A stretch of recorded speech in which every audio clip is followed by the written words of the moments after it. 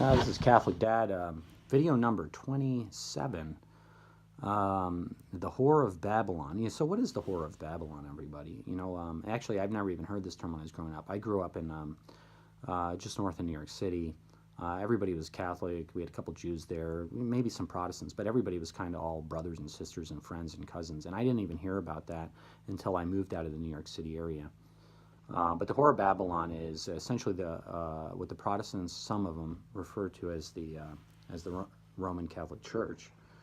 And I actually, this is a challenge to my Protestants brothers and sisters out there.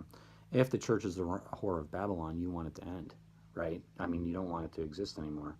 Okay, has anybody imagined a future without the Roman Catholic Church, you Protestants out there? Because you guys, the only thing that most Protestants, because there are 30,000 different denominations of Protestantism, right?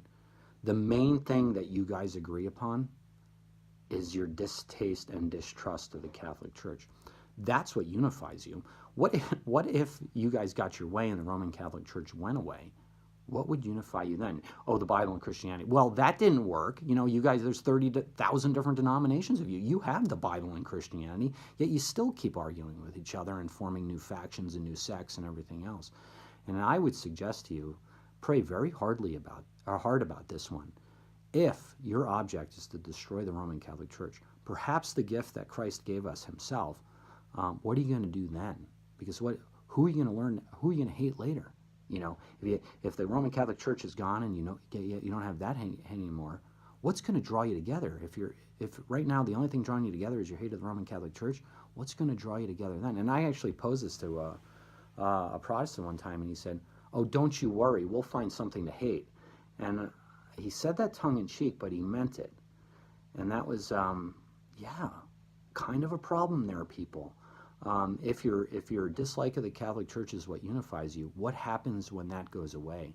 Are you guys going to be even more unified then? No, you're going to be even more divided. And so in the last video I made, St. Paul said, "Do not form factions amongst yourself. You must all agree. And if you don't agree, the cross is emptied of its meaning." And I would suggest to you that when you schism, when you break apart from whatever religion, and particularly the line of Christianity, the Roman Catholic Church is kind of the heart of it. When you break apart that, you schism, you form factions amongst yourself, and you empty the cross of its meaning. Now, who out there would like to think about, like, what would that mean? Well, emptying the cross of its meaning is the devil's work. Think about that, trying to take down Christianity. Do you want to be in that position? Do you want to be the one responsible for dividing God's people? Yeah, that's a problem. And so pray hard over that one. I mean, there's some really good Catholics out there that hopefully, if you want to engage them, at least engage them and talk to them, and maybe get together. You could pray together. You could drink beer together, go bowling together. And in fact, men out there, this is what I suggest, by the way. If you want to go meet somebody who's somebody of another religion, and you want to actually make friends with them, you know what you go do? You go work with them, right? So you go, "Hey, Jimmy, I see you have some yard work to do. I'll come over and help you out with that." "Oh, you don't have to do that." "Oh yeah, Jimmy, I kind of want to do that." "Well, let's just go do that. We'll build a fence." Or whatever you do, just go do it. And you know what? You make friends that way, because that's how men learn to respect one another. And when you make friends that way, you don't even have to talk theology, because suddenly you start agreeing with one another. Okay? And then once you make your friendship, say, "I have a question for you. I got to know, why are you in this church, or why do you do that? It seems like our kids should be going to the same place for church, and maybe growing up together, and maybe marrying each other and forming families.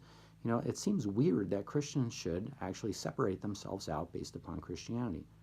Yeah.